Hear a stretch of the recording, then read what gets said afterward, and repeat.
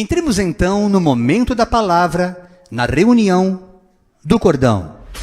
E agora, momento da palavra, na reunião do cordão. Tema de hoje, Deus de decência e ordem. Primeira carta do apóstolo Paulo aos Coríntios, no capítulo 14, versículos 39 e 40. Portanto, meus irmãos, procurem com zelo o dom de profetizar, ou seja, de ensinar. E não proíbam que os irmãos da igreja falem em línguas estranhas, línguas dos anjos, não proíbam. Tudo, porém, seja feito com decência e ordem. Pastor, não pode ser com ordem e decência? Não, meu irmão. Tudo respeita um critério, não é de qualquer jeito. A decência, na verdade, tem a ver muito com os padrões morais e éticos da sociedade, essa decência de se portar na presença do homem e do próprio Criador. A ordem, ou seja, a organização que contraria a desordem, ela já fala por si só. Portanto, servir a Deus não pode ser de qualquer jeito. É como cuidar do próximo, você tem que cuidar com zelo, procurando com zelo os melhores dons para que você possa ser instrumento de bênção na vida daqueles que você ama. Portanto, não basta dizer para si mesmo que eu tenho Deus no coração, eu carrego Deus no coração. Tu não pratica com excelência esse amor ensinado no Evangelho de Jesus Cristo, sem a racionalidade exigida por Deus. Ao cultuá-lo diariamente, você está infringindo uma regra espiritual. Veja que ali no Evangelho de Marcos, no capítulo 6, eu não vou ler tudo, de 39 a 46, Jesus ordenou que o povo se sentasse em grupos de 50 e 100 para se alimentar naquele fenômeno, naquele milagre da multiplicação dos pães. E você passa a descortinar a palavra quando você vai meditando também em Mateus 14, de 15 a 21, onde o texto aqui sintetizado no versículo 19, Jesus manda o povo sentar-se à grama para poder ouvir o que ele ia falar. Segundo o livro de Crônicas, no capítulo 7, verso 14, Deus é um Deus que Ele quer que nós nos humilhemos, oremos, busquemos a sua face e nos arrependemos. Porque se você não tiver esse princípio de humilhação, de realmente entender que tu não é nada, que a tua presunção não tem valor nenhum, se você não conversar com esse Deus invisível, mas real, e se você não buscar a sua face através da palavra, e se arrepender e se afastar, se apartar daquilo que não presta, não tem como você receber milagre. Há pessoas que muitas vezes nos ligam aqui pedindo oração. Pastor, ora por mim, pastor, eu tô com um problema tal. E a gente ora, e você consegue na hora que a pessoa pede aquela oração detectar o problema, e muitas vezes aquela pessoa não está precisando de oração, ela está precisando de uma instrução para aprender a lidar com Deus, se relacionar com o Criador dela com decência e com ordem. Mas a presunção religiosa não deixa, porque na verdade são irmãos que até congregam em outras denominações. Nós não estamos aqui para fazer julgamentos, cada um escolhe aquilo que Deus colocou no coração, cada qual fica na vocação para a qual foi chamado, mas aqueles muitos que estão em falsas doutrinas estão totalmente perdidos, ainda que frequentem desde criança determinados credos, determinadas crenças, determinadas doutrinas, contrariam a doutrina de nosso Senhor e Salvador Jesus Cristo, ainda que nessas doutrinas falem o nome dele, mas a essência não é a mesma, não tem ordem, não tem decência, e fica difícil, irmãos, Deus agir, porque ele não pode negar sua natureza, ele é divino, ele é santo. O apóstolo Paulo fala ali na carta aos Romanos, no capítulo 2, versículo 1, portanto, irmãos, rogo pelas misericórdias de Deus, que vocês se ofereçam em sacrifício vivo, santo e agradável a Deus. Mas que sacrifício é esse? É ter que matar algum bicho? Tem que fazer despacho, pastor? Não, irmão. Já foi feito na cruz do Calvário, para com isso, não precisa mais. Já foi feito um sacrifício de sangue definitivo, portanto qualquer sangue que você derrame depois desse não tem mais decência, e é contrária à ordem de Deus, pois tetelestai, está consumado, e esse sangue é o sangue carmesim derramado na cruz do Calvário, quando o Cordeiro de Deus foi imolado antes da fundação do mundo. O diabo não quer que nós falemos isso, mas Deus nos separou para ter essa ousadia e falar. Para com isso enquanto é tempo. Para com isso. Para com isso. Para com isso. Porque Deus vai te mostrar a excelência do seu evangelho através do culto racional. O culto racional é de acordo com aquilo que a palavra nos inspira. É a partir disso, irmão, essa decência, desta ordem, que Deus começa a multiplicar as bênçãos. Ele começa a nos dar o pão nosso de cada dia. Deixa de ser uma reza. Tentem compreender o que eu digo essa noite pelo Espírito. Abre teu coração, ainda que a tua mente esteja um pouco travada acerca dessas coisas, que você tanto ouviu como fosse um mantra, como se fosse um sino, uma lata batendo, mas não consegue parar para perceber a verdade que tem inclusa nesta informação que eu estou te passando. No livro de Eclesiastes, um livro maravilhoso, ali escrito pelo sábio Salomão, capítulo 9, versículo 10... Tudo que você fizer, faça bem feito. Pois quando você descer à sepultura ou for cremado, não importa, quando você sair dessa existência, não haverá mais trabalho, nem planos, nem conhecimento, nem sabedoria. Perceba que a obra de Deus não pode ser feita nas coxas. Alguém vai se escandalizar com essa expressão? Não, é uma expressão muito coloquial usada na época da escravidão, em que os escravos doentes mais fracos eram encarregados de modelar telhas de argila, de barro, usando suas próprias pernas como apoio para dar formato a elas, e essas telhas ficavam sem capricho, porque eram feitas umas pressas, ficavam mal feitas, eram irregulares, e a obra de Deus não pode ser feita nessa condição, ela não pode ser feita desta forma, porque as pessoas que pertencem a uma religião até fazem isso sem sentir nenhum tipo de constrangimento. É pra Deus, eu canto de qualquer jeito. Deus me conhece, sabe que eu posso pregar. Não falo muito bem, não leio muito bem, não escrevo muito bem, não conheço muito a Bíblia, então vai de qualquer jeito. Não, irmãos, Deus quer que nós façamos tudo, absolutamente tudo, dentro de um templo ou na vida, no dia a dia, com a sua família, no seu trabalho, e você vai perceber que essa excelência na presença de Deus, ela ecoa nos relacionamentos, até mesmo no trabalho. Acabamos de gravar agora essa música que estamos apaixonados por esse trabalho que Deus nos deu, Tempo de Fé. É tempo de fé, é tempo de acreditar. Desde os arranjos eu pedi a Deus em oração durante meses, irmãos, se não dizer anos. Eu vinha cultivando aquele arranjo que o pastor Salvador ia tocar no trompete dele, o desenho do baixo que o pastor André iria gravar, e tantas coisas outras que Deus foi colocando no meu coração, tudo sem exaltar o homem, mas exaltar Deus na música feita pelo homem. E graças a ele nós conseguimos um resultado tão maravilhoso, que eu tenho convicção plena que essa música vai tocar muitos corações, como jamais em qualquer outra música do cordão havia acontecido antes, porque é tempo de um despertamento, é tempo de a igreja se despertar para o Senhor, e Deus quer verdadeiramente que esses que se despertem façam tudo com excelência. Veja que o apóstolo Pedro, na sua primeira carta, no capítulo 2, verso 9, nos diz: mas vocês são a raça escolhida, sacerdotes do rei, a nação completamente dedicada a Deus, o povo eleito, o povo que pertence a ele. Vocês foram escolhidos para anunciar os atos poderosos de Deus, que os chamou das trevas para a luz, ou seja, da escuridão para a maravilhosa luz. Mas aqui, pastor, é uma palavra que foi feita lá, escrita lá para o povo judeu. Sim, inicialmente sim, para o povo judeu, mas acontece que nós somos enxertados como jambuzeiro bravo na videira. Nós também temos a garantia, o privilégio de receber essa mesma graça do Deus Todo-Poderoso através de Jesus Cristo. No Evangelho de Lucas, no capítulo 14, versículos de 28 a 30, se um de vocês quer construir uma torre, primeiro senta e calcula quanto vai custar, para ver se o dinheiro dá. Se não fizer isso, ele consegue colocar os alicerces, mas não pode terminar a construção. Aí todos os que virem, os vizinhos, parentes, principalmente parentes, é campeão de fazer isso. Todos que virem o que aconteceu vão caçoar dele dizendo: este homem é doido, começou a construir, mas não pôde terminar. Ficam tirando onda contigo. Mas quando você faz tudo na direção de Deus, ainda que demore aos olhos naturais, quando você fizer, será com excelência, porque tudo que é feito com decência e ordem na presença do Senhor, no tempo dele, ele nos exalta. Ele diz na sua palavra: não se apressem, descansem em mim, tão somente creiam para que vocês possam ver e desfrutar da minha glória. Mas a maioria não releva isso. A maioria acha que tem que ser pela força do braço. A gente viu tantas casas aqui perto. Eu lembro que eu e a pastora, certa vez, caminhando aqui no condomínio. Já contei isso uma vez, em alguns dos nossos muitos vídeos que tem no nosso canal do YouTube, mas é sempre bom repetir. Eu lembro que nós caminhávamos e tinha uma casa que não saía do lugar. Anos morando aqui, aquela casa parece que não andava. Ficou paralisada. A gente percebia que a pessoa não tinha recursos. Eu parei um pouquinho na frente daquela casa, levantei a mão: Senhor, abençoa, não sei quem é que mora aqui, mas que seja uma casa abençoada, que essa casa não seja apenas bonita, que ela seja concluída, mas que famílias sejam felizes. Olha, irmãos, a oração de um justo pode muito em seus efeitos. Eu desfrutei disso, quando muito pouco tempo depois, a casa virou um dos maiores mimos aqui do bairro. Evidentemente que eu não vou dizer qual é, porque tem pessoas que nos assistem aqui, mas certamente vai testificar no coração desses, se souberem, se assistirem a esse vídeo.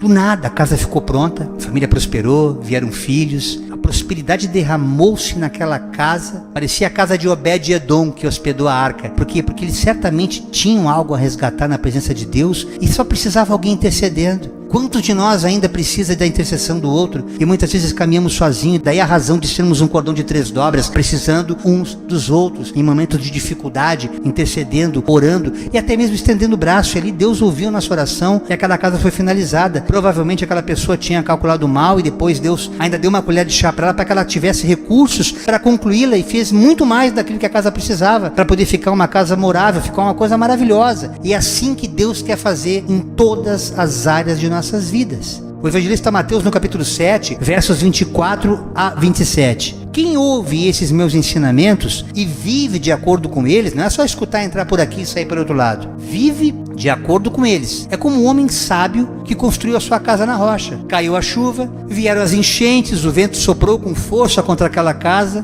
porém ela não caiu, porque havia sido construída na rocha. Quem ouve esses meus ensinamentos e não vive de acordo com eles é como um homem sem juízo, que construiu a sua casa na areia, na beira da praia. Caiu a chuva, vieram as enchentes e o vento soprou com força contra aquela casa. Ela caiu e ficou totalmente destruída. Deus manda muitos pararem, sentarem-se e calcularem não apenas as condições materiais para seus projetos pessoais, mas em que direção a sua vida está andando. Hoje tivemos a oportunidade de orar por um homem aqui que foi motorista de uma das plataformas usadas onde traz os pastores aqui em casa e se reconciliou com Deus de uma maneira sobrenatural, porque ele percebeu na caminhada dele que ele tinha que parar e dar ouvido a 2 servos de Deus que vinham naquele carro com ele, ministrando a palavra. Ele, constrangido pelo amor de Cristo, entrou aqui, se reconciliou com Deus e saiu glorificando a Deus. É provável que ele esteja conosco para contar um milagre, para contar a sua bênção em uma das nossas próximas reuniões. Ele mora em Porto Alegre. E é assim que Deus quer que nós caminhemos, irmãos, que nós construímos a casa na rocha. A rocha é Cristo. Quando Jesus falou que as portas do inferno não prevalecerão contra a igreja do Senhor, é porque Ele é essa rocha, não é o Pedro, pedregulho, mas sobre Ele, quando nós construímos sobre Ele a nossa fé, nós estamos alicerçados no próprio Deus que nos criou, na Trindade, Pai, Filho e Espírito Santo.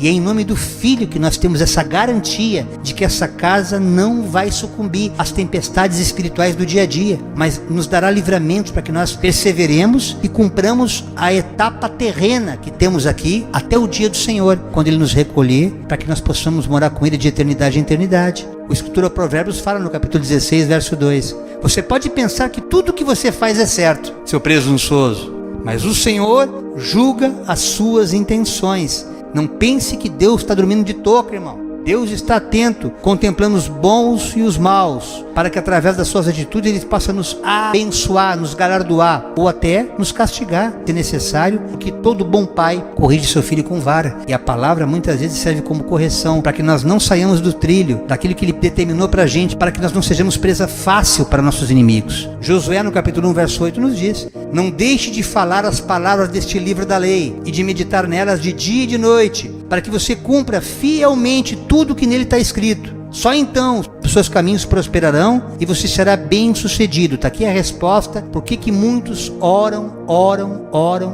mas não são bem sucedidos. Leem, mas não praticam o que leiam. Não meditam na lei, que aqui não é mais a lei de Moisés hoje. Naquele tempo serviu para a lei de Moisés. Josué era um contemporâneo de Moisés e estava ali, obviamente, substituindo até ele na caminhada. E era a lei de Moisés que prevaleceria naquela época. Hoje, todavia, estamos no tempo da graça. E a única lei que impera hoje é a lei do amor. É diante desta lei do amor que Deus quer que nós nos prostremos, nos resignemos em pé, buscando viver na prática do Evangelho. E a prosperidade, obviamente, é consequência desse posicionamento, e nós seremos bem-sucedidos em tudo que fizermos. E há pessoas que muitas vezes nos ligam: pastor, o que tu acha dessa mensagem? Versículos maravilhosos que no primeiro momento você ouve, fala de Paulo, fala de Jesus, aí você começa a observar o todo da pregação e você começa a perceber que tem a armadilha de Satanás. São versículos isolados que não definem uma sã doutrina. Então Deus alerta essas pessoas: tomem cuidado com as heresias, e até mesmo com algumas reuniões que você faça em casa, aonde supostamente pareça estar sendo um culto doméstico. Se a palavra de Deus não for o alicerce dessa pregação, a razão deste encontro, a razão desta reunião, se não houver um entendimento de que essa reunião é um corpo e não uma célula, não uma molécula, não um átomo, mas você tiver a consciência de que verdadeiramente Deus é santo, Deus, ele tem um corpo chamado igreja e tem uma cabeça chamado Cristo. Se não for assim, pare já com esses encontros, pare com essas reuniões,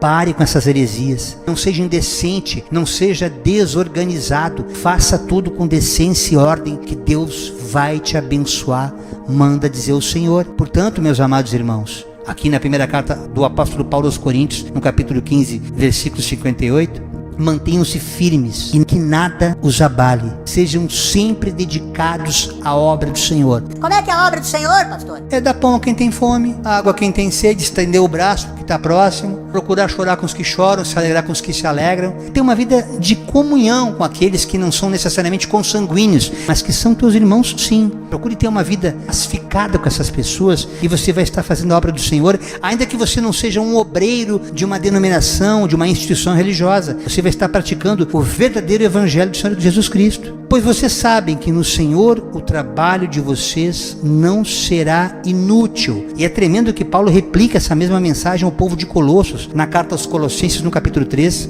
versículos 23 e 24. Tudo que vocês fizerem, façam de todo o coração, como para o Senhor.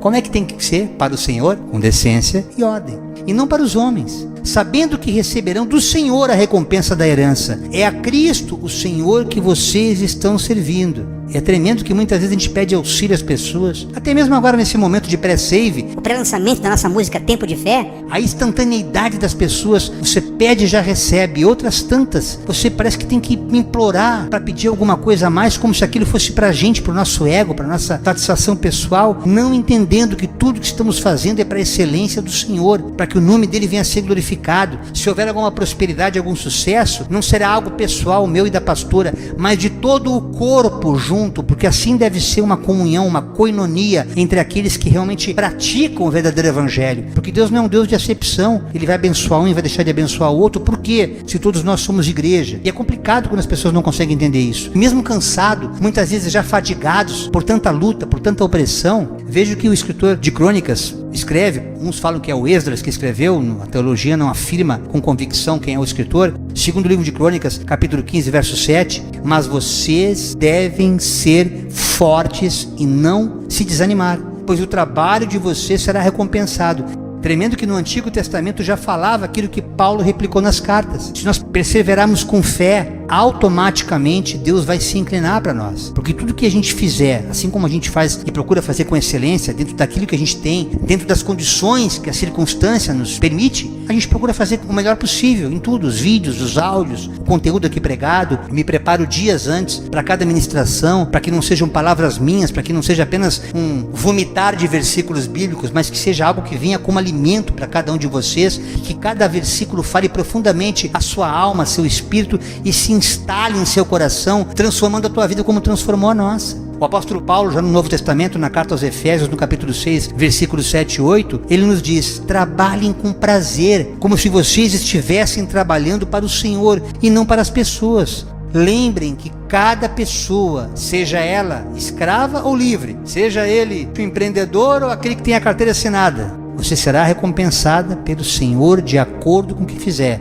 Lembrem que cada pessoa será recompensada pelo Senhor de acordo com o que fizer. Eu vou reiterar essa palavra. Não vou cortar na edição. Lembrem que cada pessoa, seja ela escrava ou livre, será recompensada pelo Senhor de acordo com o que fizer. Não é para homem. Não é para homem. É para Deus que nós fazemos. Ainda que estejamos abençoando homens, mas é para Deus. A bênção passa por nós, vinda do Senhor, e nós somos extensão dessa bênção quando estendemos as mãos ao próximo. E é a partir daí que Deus nos galardoa com toda a sorte de bênçãos que a gente nem imagina que vai receber. Tito, no capítulo 2, verso 7, nos diz também que em tudo seja você mesmo um exemplo para eles, fazendo boas obras. Em seu ensino, mostre integridade e seriedade. Como eu me esforço para isso. Não é à toa que eu preparo um esboço com toda preocupação. Alguns até acham que é longo demais. Pastor, podia ser mais curta. Sempre digo isso. Se você nunca foi num café colonial aqui na Serra Gaúcha, tem muito, irmão.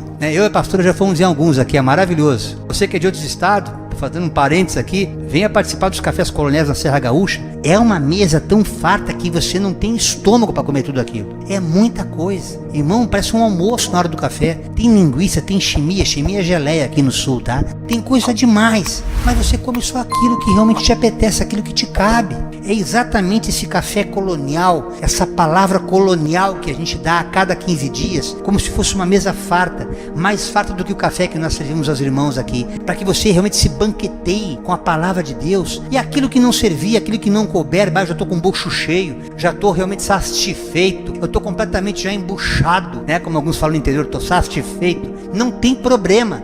Você comendo aquilo que já cabe, e aquilo fazendo bem, sentando bem, não como uma opressão, mas como um alimento, tá valendo, meu irmão, tá valendo, minha irmã. Mas nós, todavia, temos a obrigação, assim como um grande hotel que prepara um café da manhã, aquele breakfast, não como isso, não como aquilo, mas tem pessoas que gostam e tem pessoas que vão se alimentar disso. Daí a razão de a gente fazer exatamente esse ensino que Tito nos deixa aqui essa noite. Em seu ensino mostre integridade e seriedade, é o que a gente faz aqui no Cordão.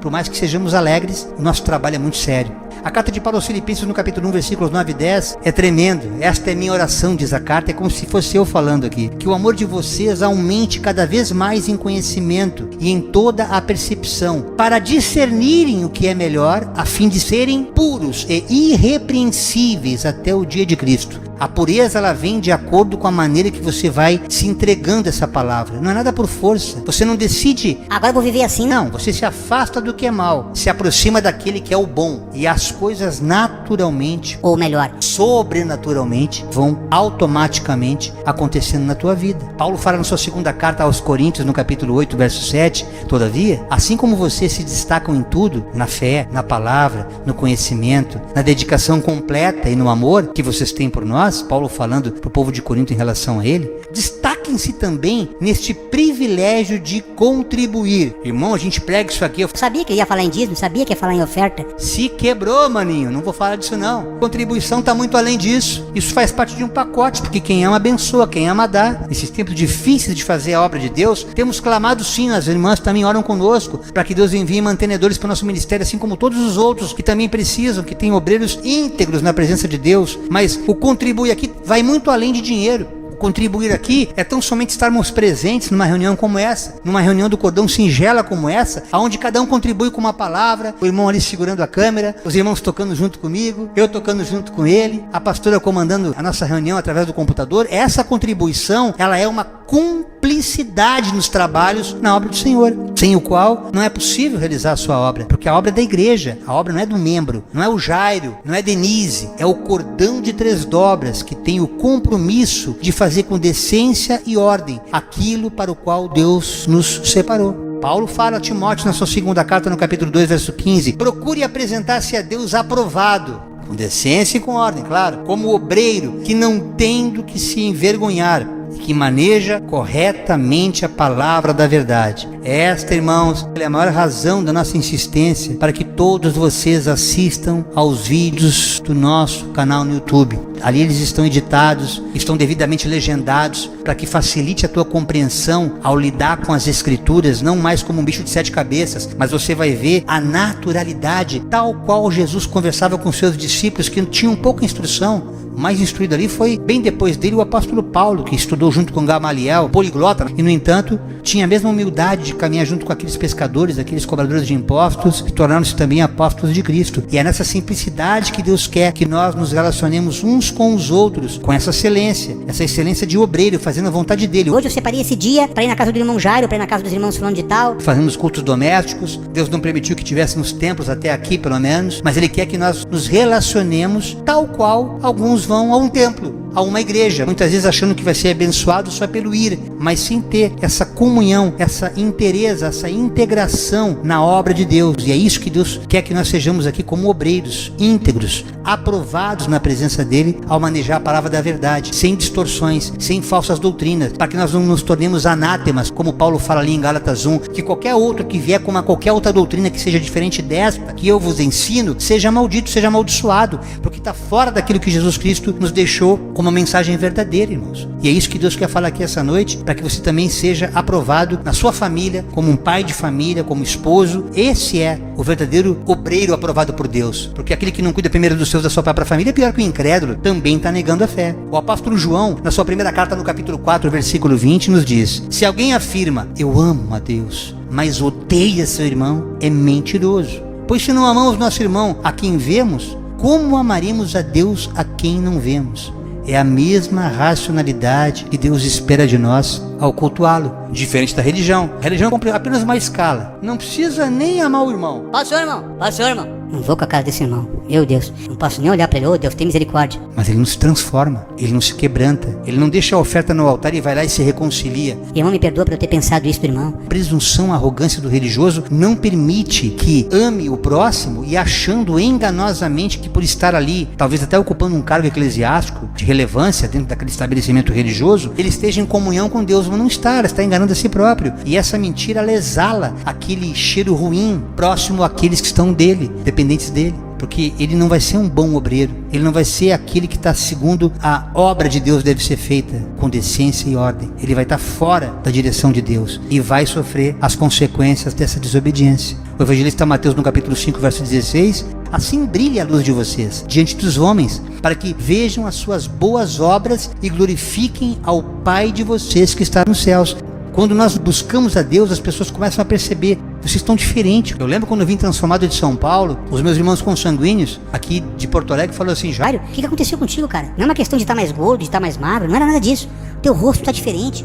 A tua aparência mudou, tu parece uma outra pessoa. Coisa tremenda, eu não tinha observado isso. Eu lembro quando eu frequentava a linha das trevas, o meu rosto ficava deformado, irmãos. Era um mistério isso, porque eu não conseguia entender por que Deus transforma até a nossa fisionomia. E depois eu vim entender: eu não sou esse corpinho bonitinho que está aqui, que Ele me deu. Não, eu sou muito mais do que isso. Eu sou uma alma abençoada que habita este corpo provisório. Eu sou a essência que habita esta carne, que daqui a um tempo não estará mais aqui. Mas eu, todavia, estarei com eu sou, de eternidade em eternidade. E Ele procura mostrar nessa carne, nesse corpo corruptível, porque ele vai se corromper a partir do momento que ele morrer. O corpo, não eu. Tanto que a gente fala quando alguém morre: o corpo do fulano está sendo velado. Você já observou isso? O corpo do fulano será sepultado. Porque você não tem como sepultar ou velar a pessoa. A alma, ela é imortal. Ela passa a se tornar mortal na segunda morte. Como inclusive, essa semana aconselhei alguns acerca de falsas doutrinas que falavam da morte física, não da morte espiritual, sem falar do juízo. Falsas doutrinas que muitas vezes acabam confundindo alguns incautos que também não estão procurando conhecer a verdade, estão só se alimentando daquilo que vê na internet, sem fazer juízo, sem fazer julgamento daquela informação que chega ali, porque a gente tem que examinar as escrituras, nunca julgar o profeta, mas julgar as profecias. E assim Deus vai nos ensinando, nos capacitando a caminhar sendo luz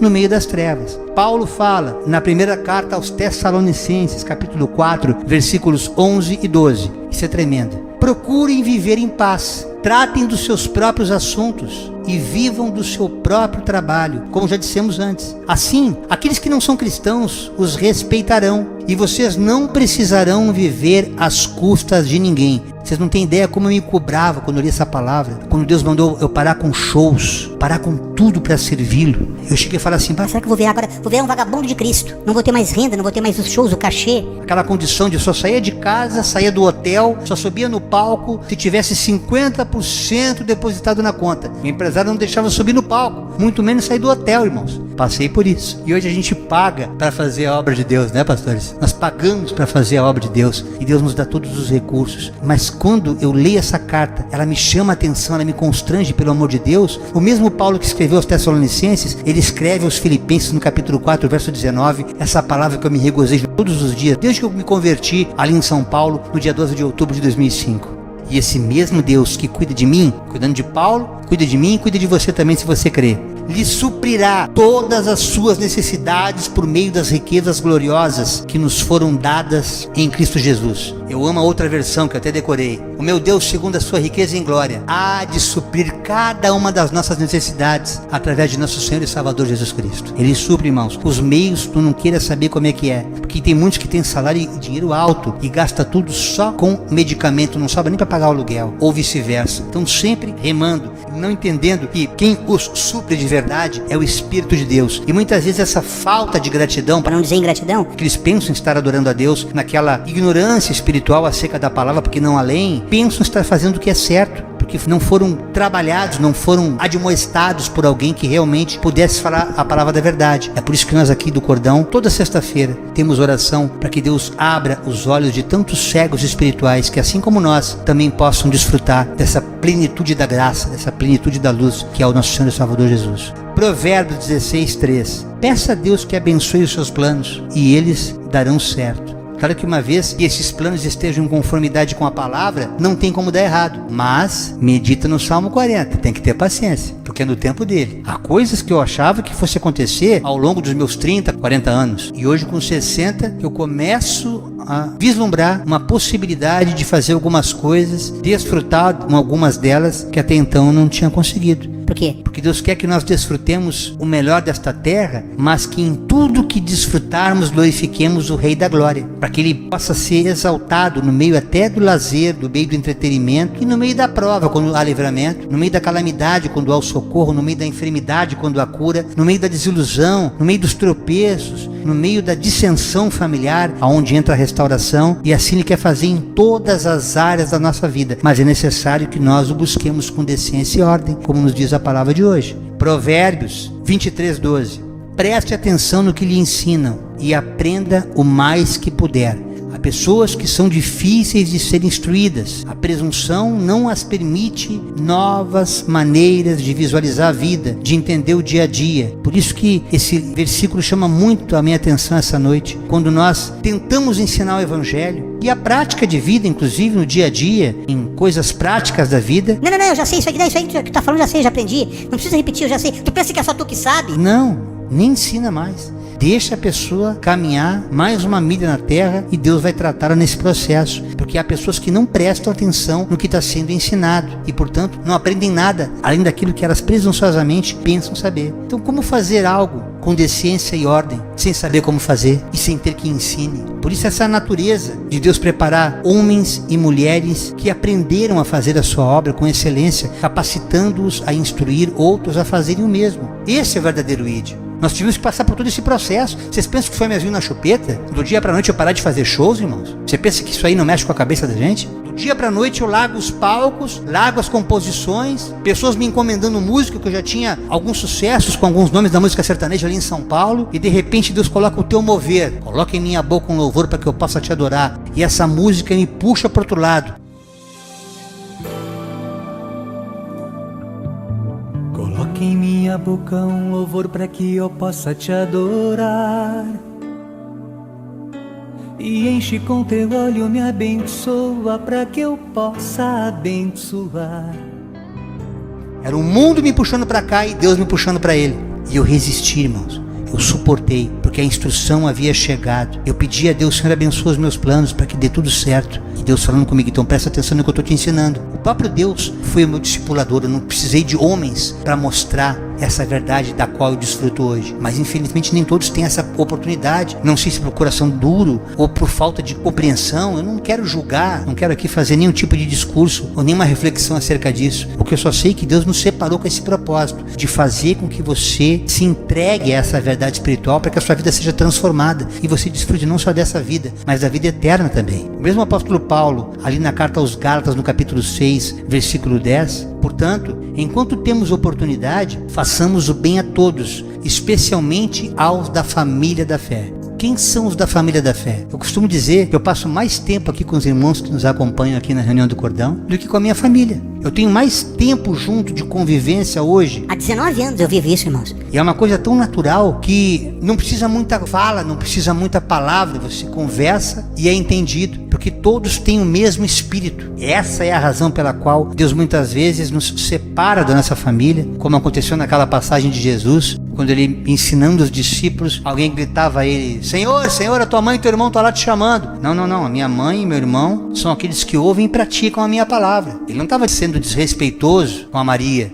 com a mãezinha dele, mas ele estava mostrando que a verdadeira família é aqueles que têm comunhão de fé na mesma crença, na mesma doutrina, na mesma visão apostólica do Evangelho. Porque essa igreja ela foi revelada através dos apóstolos. E é por isso que nós praticamos esse evangelho, independente de ser na minha casa, de ser na casa dos irmãos, ou de ser dentro de um suposto templo. Até numa serralheria já pregamos, não tem problema. O local é indiferente, desde que nós temos essa consciência de ser corpo, com a convivência nos tornamos família. E é nesses que muitas vezes nós procuramos ajudar, procuramos socorrer e buscar socorro também muitas vezes. Não apenas de ordem material, mas sobretudo de ordem espiritual. E finalizando a palavra aqui essa noite, mais uma vez, Filipenses no capítulo 4 agora, verso 9 nos diz: ponham em prática o que vocês receberam e aprenderam de mim, disse o apóstolo Paulo, tanto com as minhas palavras como com as minhas ações, e o Deus que nos dá a paz estará com vocês.